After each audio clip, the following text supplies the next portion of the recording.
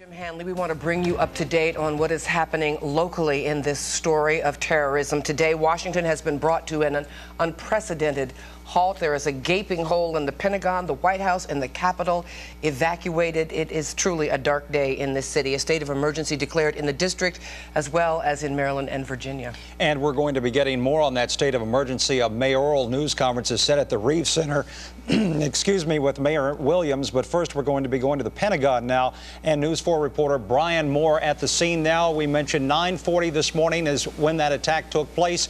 Is the smoke still billowing out, Brian? Jim, more than 7 hours after an airliner was used as a weapon of mass destruction, smoke continues to come out of the Pentagon. Now, firefighters are still making their way through the Pentagon, a very old building, trying to put out hot spots, trying to get this fire under control. We're told that this has gone from a strictly passive firefighting operation to a police investigation working in tandem as firefighters can get this blaze out.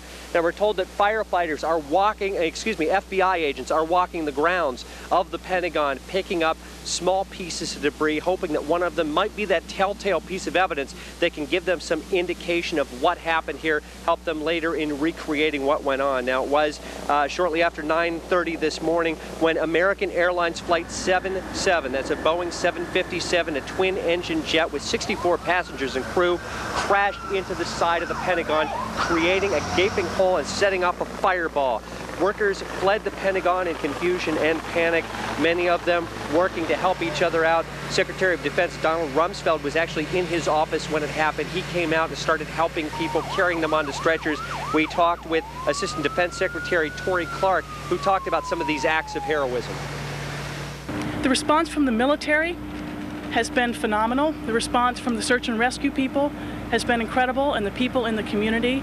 And I'll just give you one example. There is a young man, Captain Lincoln Liebner, Liebner, who was on the west side of the building when it was hit. He saw what happened. He immediately went in to try to help some of the injured and help pull them out. His hands were burned. He went to the hospital to be taken care of. They forced him to go to the hospital. He came back and he's in the building and he is working. Army. And that's just one Army. That is just one example of the kind of response we've seen to this tragedy. Okay, well, now we're going to throw it back to the studio where the mayor's news conference is just getting ready to take place.